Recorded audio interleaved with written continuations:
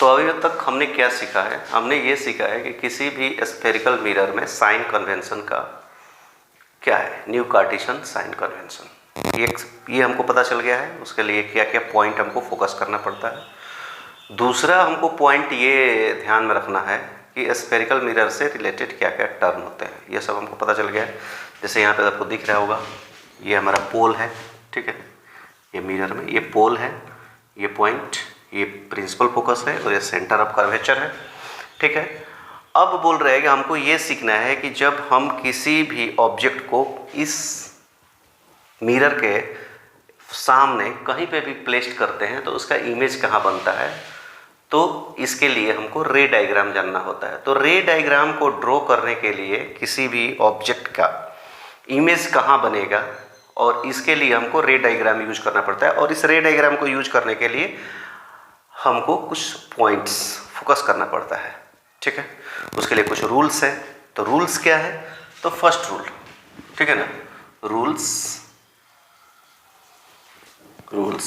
For obtaining image in concave. और ये ज़्यादा देखो, उसको पढ़ो, कॉनकेव मिरर, ठीक है, कॉनकेव मिरर, ठीक है। तो फर्स्ट रूल एक इसमें ज़्यादा रूल नहीं है, हमको सिर्फ 4 रूल को ध्यान रखता है। Number 1, number 2, number 3, number 4 rule we have to focus. हमको 4 रूल्स फोकस करना है और उसका यूज करके हम किसी भी ऑब्जेक्ट का इमेज ड्रॉ कर लेंगे, चाहे वो कहीं पे भी प्लेस किया हो। तो सबसे पहला रूल क्या है? सबसे फर्स्ट रूल जो है, यहाँ से हम लिखते हैं फर्स्ट रूल, ठीक है, रूल 1 कहता है कि अगर कोई ray of light principal axis के पैरेलल आती है, तो आफ्टर रिफ्लेक्शन वो कहाँ से जाएगी? फोकस होकर जाएगी। ये फर्स्ट रूल होता है। बोलता है कि द इंसिडेंट रे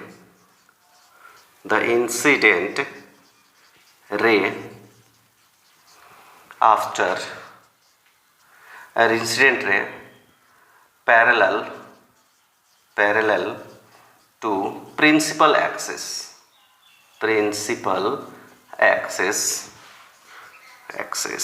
after reflection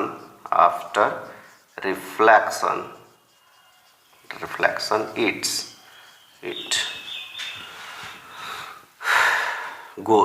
pass through principal focus, ठीक है। देखिए यहाँ पे ये हमारा इंसिडेंट रे है, इंसिडेंट रे आया, इस पॉइंट पे स्ट्राइक किया तो हमने बोल रहा कि यहाँ से हम ये हमारा एक्सिस हो गया। और एक्सिस हमेशा कैसा होता है? नॉर्मल होता है। तो बोल रहा है कि ये हमारा आई जो है एंगल ऑफ इंसिडेंट हो गया, और ये हमारा आर हो गया एंगल ऑफ रिफ्लेक्शन हो गया, और I equal to R, angle law of reflection से हमको पता चलता है। तो कोई भी रे ऑफ लाइट अगर प्रिंसिपल एक्सिस के पैरेलल आती है तो आफ्टर रिफ्लेक्शन वो कहाँ से जाएगी? प्रिंसिपल फोकस से जाएगी, ठीक है। फर्स्ट रूल हो गया। सेकेंड रूल, ठीक है, सेकेंड रूल बोलता है, अब इसको हम हटा देते हैं, इसको भी हटा देते हैं। बोल रहेगा अब इसको इंसिडेंट बना देते हैं, इसको हम इंसिडेंट बना देते हैं। कौन सा? इसको। तो ये हमारा हो जाएगा ठीक उल्टा इसका, पहला रूल का just opposite. If the incident रे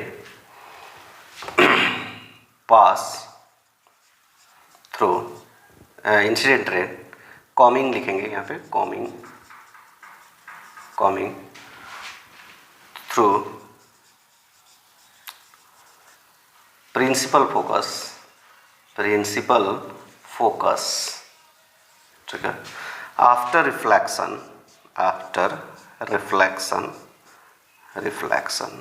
it back, after reflection it goes through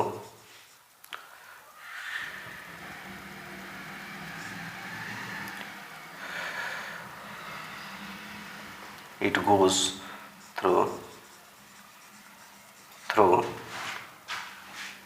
parallel to principal axis. ठीक है, मतलब कहने का होगा कि अगर एक रे जो है, पहला लॉ रूल और सेकेंड रूल दोनों एक दूसरे के विपरीत है। फर्स्ट रूल में हमने बोला कि अगर ये पैरेलल ऐसे आती है, प्रिंसिपल एक्सिस के पैरेलल आती है, तो आफ्टर रिफ्लेक्शन कैसे जाएगी? फोकस से, प्रिंसिपल फोकस से जाएगी। दूसरा रूल बोल रहा है कि अगर ये प्रिंसिपल फोकस से होकर आती है तो आफ्टर रिफ्लेक्शन ये कैसे जाएगी? Parallel to principal axis. ठीक है, तो उस टाइम जब हमारा फोकस से आएगा तो ये हमारा आई हो जाएगा इंसिडेंट, और ये हमारा reflection, angle of reflection. Same चीज़ होता है, सिर्फ एंगल ऑफ इंसिडेंट और एंगल ऑफ रिफ्लेक्शन आपस में बदल गया। ठीक है ना, ये हमारा जो सेंटर ऑफ कर्वेचर से इस पॉइंट पे जो हम लाइन खींचे हैं, दैट इज द एक्सिस, और axis is always perpendicular on the point. हो गया, ये दो रूल क्लियर हो गया। पहला रूल क्या था कि अगर कनकेव मिरर में कोई भी ray of light principal axis के पैरेलल आती है तो फोकस से जाएगी, अगर फोकस से, प्रिंसिपल फोकस से आती है तो प्रिंसिपल एक्सिस के पैरेलल जाएगी। दो रूल इज क्लियर। ठीक है, नेक्स्ट रूल्स के बारे में बात करते हैं। ठीक है, इसको मिटा देते हैं। इसको भी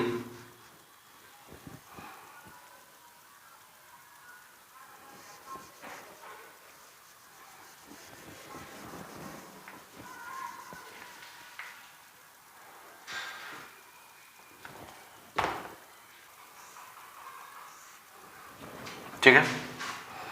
अब बोल रहा है कि थर्ड रूल में क्या हो जाएगा? थर्ड रूल बोलता है कि अब दो जगह से इंसिडेंट रे आ गया है। एक तो प्रिंसिपल एक्सिस के पैरेलल आया, कहाँ से गया? फोकस से गया। फोकस से आया तो कहाँ से गया? प्रिंसिपल एक्सिस के पैरेलल गया। थर्ड रूल ये बोलता है कि अगर कोई रे जो है वो सेंटर ऑफ कर्वेचर से होकर आ रही है, ऐसे आ रही है, ऐसे ऐसे ऐसे ऐसे ऐसे आ रही है, ये हमारा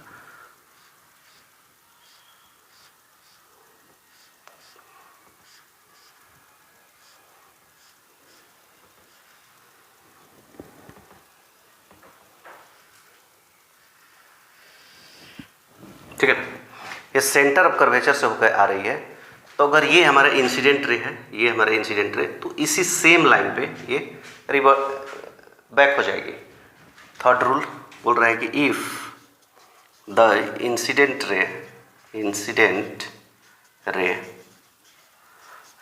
coming through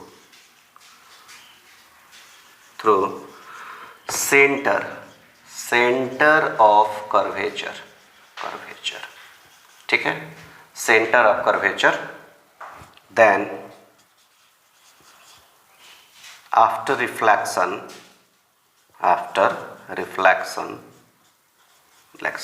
it's revert back with same path, ठीक है ना, उसी पाथ को लेके जाएगी। अगर वो सेंटर ऑफ कर्वेचर से आएगी तो सेंटर ऑफ कर्वेचर से जाएगी। ठीक है, हो गया। सेंटर ऑफ कर्वेचर से आएगी तो सेंटर ऑफ कर्वेचर से, क्योंकि ये सेंटर ऑफ कर्वेचर से कोई भी लाइन यहाँ पे आएगा, नॉर्मल आएगा, नॉर्मल पे हमारा एंगल ऑफ इंसिडेंट जीरो बनेगा, तो एंगल ऑफ रिफ्लेक्शन भी जीरो हो जाएगा। इस केस में हमारा क्या हो जाएगा? सेम ही रहेगा, वही पाथ रहेगा। फोर्थ रूल बोलता है, मान लेते हैं कि कोई रे ऑफ लाइट जो है वो डायरेक्ट यहाँ आती है पोल के पास, ठीक है, पोल के पास आती है, तो सेंटर ऑफ कर्वेचर से इस पॉइंट पे जो लाइन गया है दैट इज द नॉर्मल, और ये नॉर्मल है तो ये एंगल आई बना देता है। ठीक है ना, व्हेन द इंसिडेंट रे strike at pole, then after reflection it goes through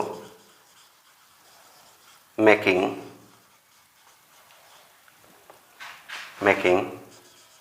same angle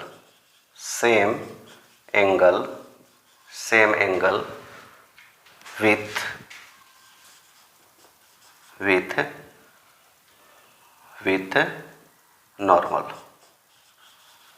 normal और प्रिंसिपल एक्सिस, ठीक है।